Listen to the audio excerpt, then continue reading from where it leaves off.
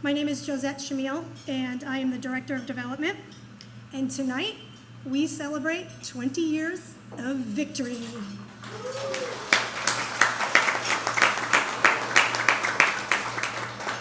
Yes. So I'm going to take a moment here, and we are going to reflect back 20 years ago. 1994. In 1994, we saw Tanya Harding. She won the national championship, yet she was stripped of her title after her temper tantrum attack on Nancy Kerrigan. O.J. Simpson flees the police in the infamous white Bronco. Lorena Bobbitt. Enough said.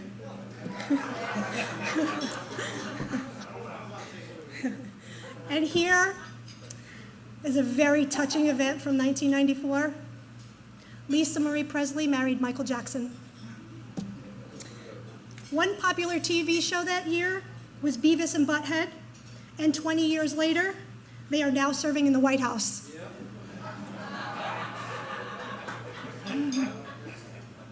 Bill Clinton was accused of sexual harassment while governor of Arkansas, and I'm not going to touch that one any further. On a serious note, however, 20 years ago, we saw civil war breaking out in Rwanda, the Russians attacked Chechnya, and the U.S. sent troops to the Persian Gulf.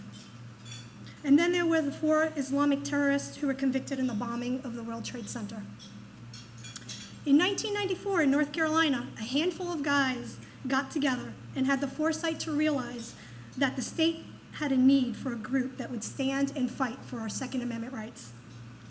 We are blessed at Grassroots North Carolina to have Paul Vallone, who's one of the original founding members of the organization, still leading us in this fight.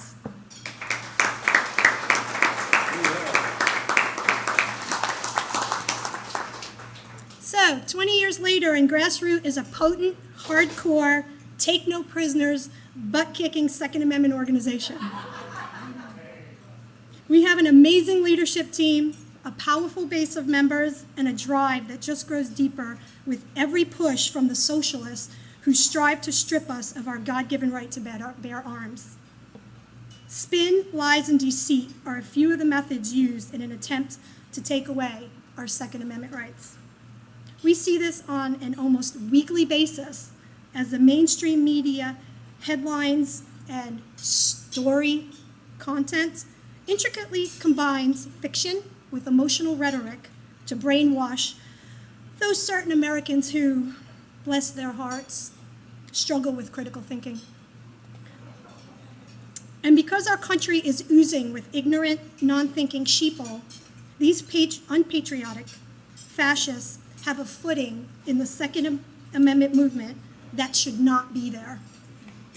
While the majority of America remains unconscious, Grassroots North Carolina will continue to fight for the freedom bestowed upon us by our ancestors.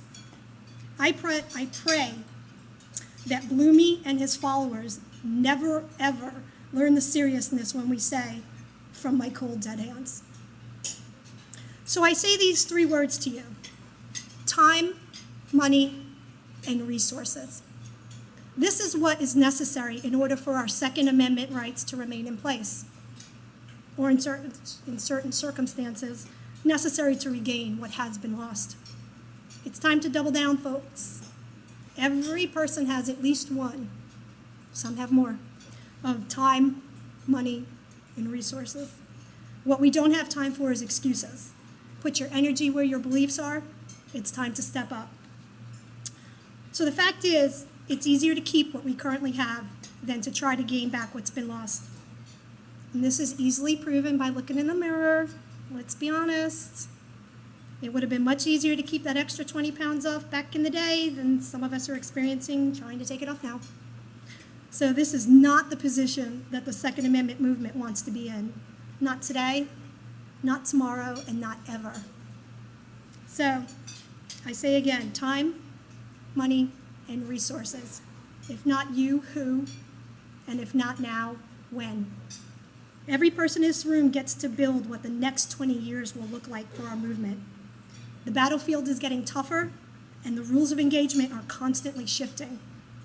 Get behind the organization that is on the front lines, day in and day out, 24 hours a day. Trust me, I get emails at 3 a.m.